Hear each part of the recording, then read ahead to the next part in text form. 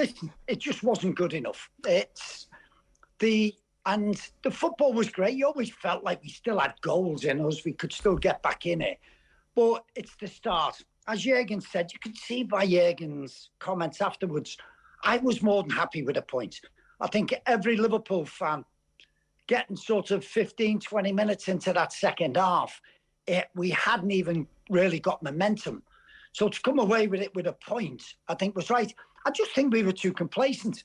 I think we thought it's a team that's come up from the Championship. It'll be another 3 points. It is not like that. I can't remember who said the words, it's unforgiving, this Premier League. And we weren't ready for it. But listen, stutter and start. Well, we won the Community Shield the week before with an outstanding performance. And yes, we have still got plenty in the locker. Any concerns about the midfield at the moment? That seems to be the one area where the team is planning to next season. I mean, certainly they're already being linked with Jude Bellingham. And now we see Thiago Alcantara out for 6 weeks with the hamstring. Is there a concern that they're just a little bit light there and that maybe there might be a bit of activity in the next few weeks? Well, I would think so. As you've seen the way our football club runs, we like to plan. We like to have things. We don't want knee-jerk reactions to it. We had to do it when we lost all the centre-backs. There had to be movement in there. We ended up going with the two young lads that we had. So you look at the Ox is out. Naby, I think Naby should be fit by next Monday. I think that will be all right. But Thiago is a big miss. I think he's an absolutely super player. Brings so much more. We have a good blend with Fabinho, with Henderson, with his energy, with Thiago's creativity. He is just superb. For him to get injured in your first game, you go, wow. And then Curtis Jones was injured. So we are a bit light in there. But where do we put Carvalho? Where do we put Harvey Elliott? Are they strikers, wide ones, or are they midfield players? I think the more midfield players either side of Fabinho. So we might think he's got enough. The boy Carvalho is going to be some player, by the way. I was going to ask, what is the word on Carvalho? Because a massive reputation, like a sweet deal to get him on. Is he ready for this, do you think? Or is it a couple of seasons before we actually see him being week in, week out Premier League material? Because of his age, because he's so young, you'd think that. But you have a year as he played in that Championship, which is a tough league, physically, mentally. I think you come through it. I've seen enough of him for Fulham. Didn't watch all the games, but what he brings, and I think what Liverpool look at, as much as the goals that he brought, was his assists. And I think they're the big things that people look at. What have people got in there? Yes, you can help people with those, but you have to have it. You go back to David Beckham. People go, oh, well, look at him. Oh, he picks people out. No, he doesn't. He puts the ball in the right area for strikers. And that's what Carvalho is. He is going to be a star, I can tell you. He has got so much ability. He will shock everybody. So having that year in the Championship, I think he would be ready if he was called upon.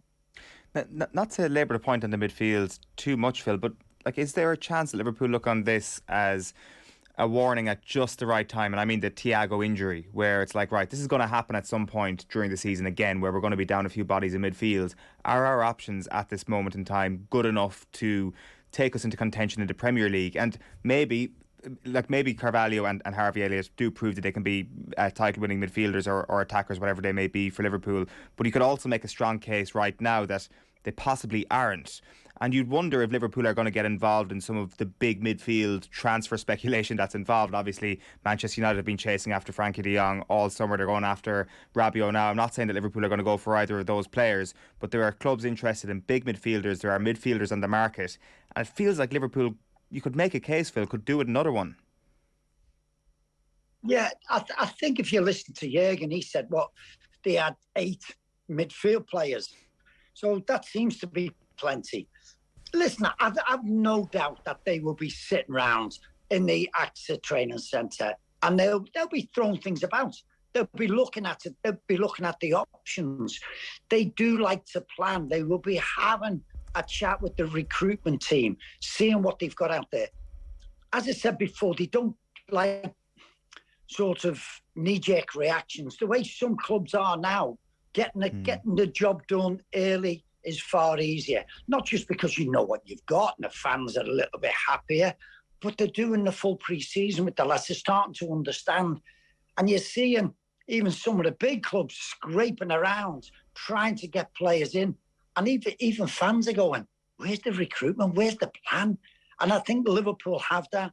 Yes, they will. I am quite sure they will be looking at it. Will they deem it absolutely necessary? I'm not so sure. I guess the plan is that they would look to someone like Jude Bellingham next summer. Is that your sense of where the succession is in midfield? Well, I would like to think that, and we all are. We're all putting two and two together, aren't we? But it's not that easy. As you've seen, the likes of Chelsea are spending money as though it's going out of fashion. You know, yes, they've made some good signings, but now all of a sudden, they're spending money. You know, Cucurella, who's a good player, 60-odd million, and you're going, why? And then they're just throwing money about at the moment. You're thinking, oh my goodness, is there a plan in this, or they're just getting bodies through the door? You know, Manchester United, what they're trying to do. But so these teams are all going to they've got to start having a plan. And Bellingham will be he will tick everybody's box. And I'm just hoping that the link that Liverpool have, and this will have to be a 12-month plan, because you're not just going to get a Bellingham who's going to cost a lot of money for a midfield player. He's not a striker. And I would think that plan will have to be in motion, deals done, agents, other clubs, and kept under wraps, probably from January onwards. How excited are you about Darwin Nunez? I'm very excited. And it's not just a bit because we all go on about how well he played for Benfica against Liverpool, because he tore us apart. I liken the boy to Torres. When Torres first came into Liverpool, not the Torres that left, the Torres that was hungry. He was passionate. He wanted to learn. He wanted to improve. He ran the channels. He harassed people. He was good in the air. He really wanted it massively.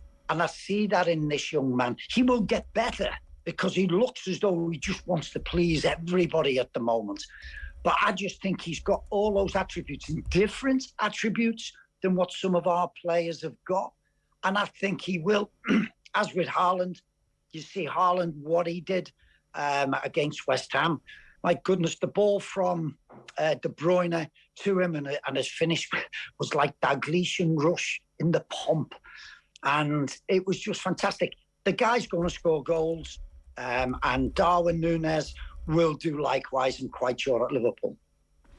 Is there a change in style that has to happen when Mane goes? And how long will it take, do you think, before that settles down? Or is it actually just a like for like in some ways, that nothing really needs to change significantly?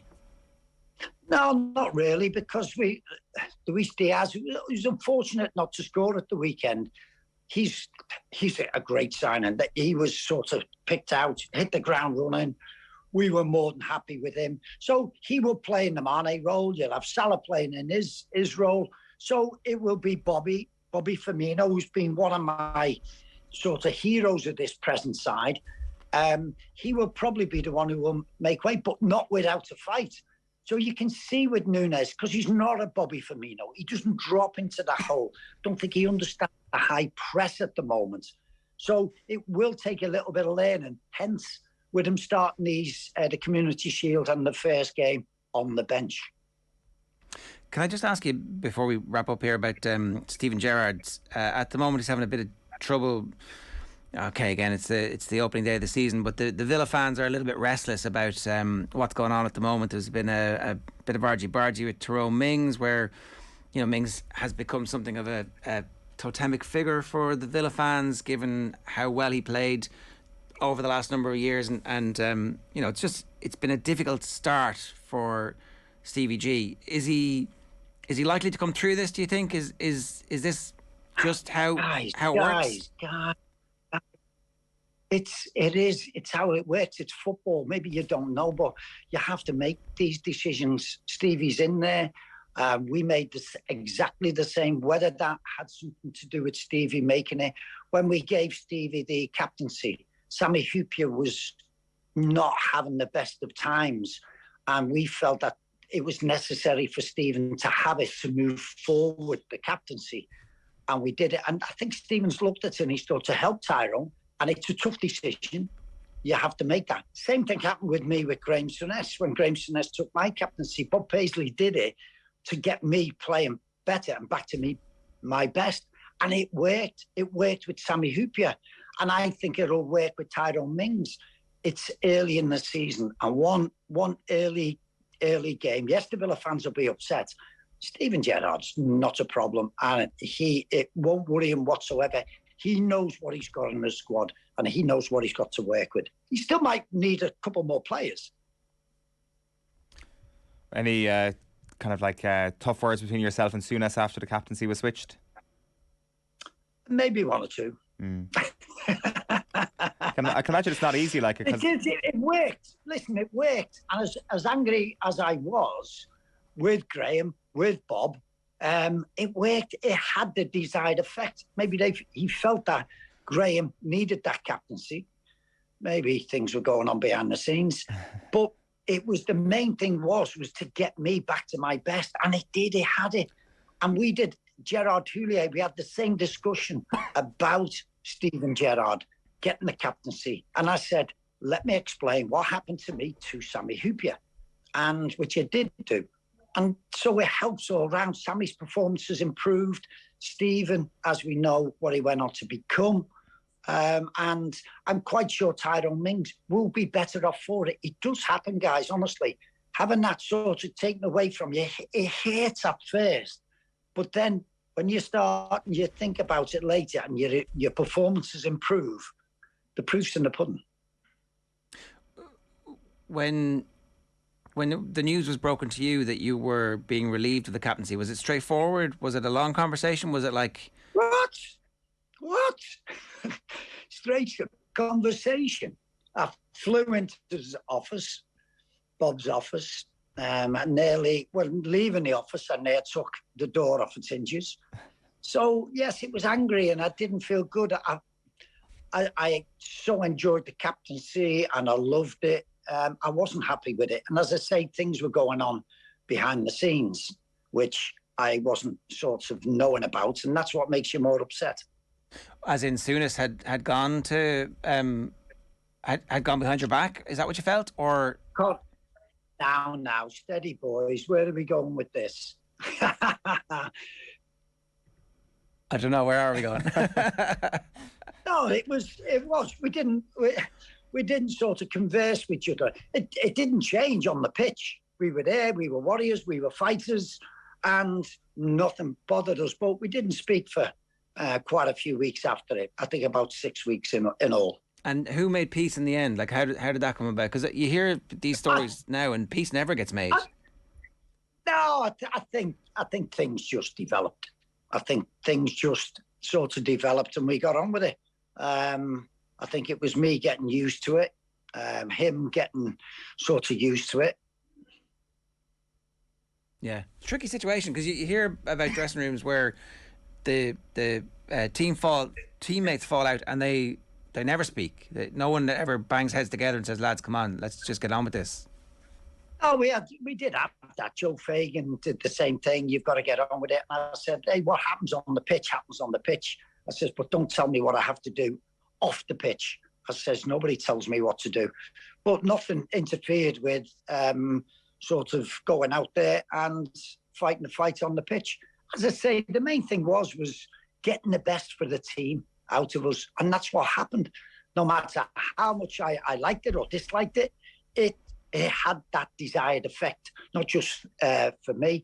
The first game was against Swansea, FA Cup, third round, at the Vetch, and Swansea obviously were in the top division then, and we absolutely battered them 4-0.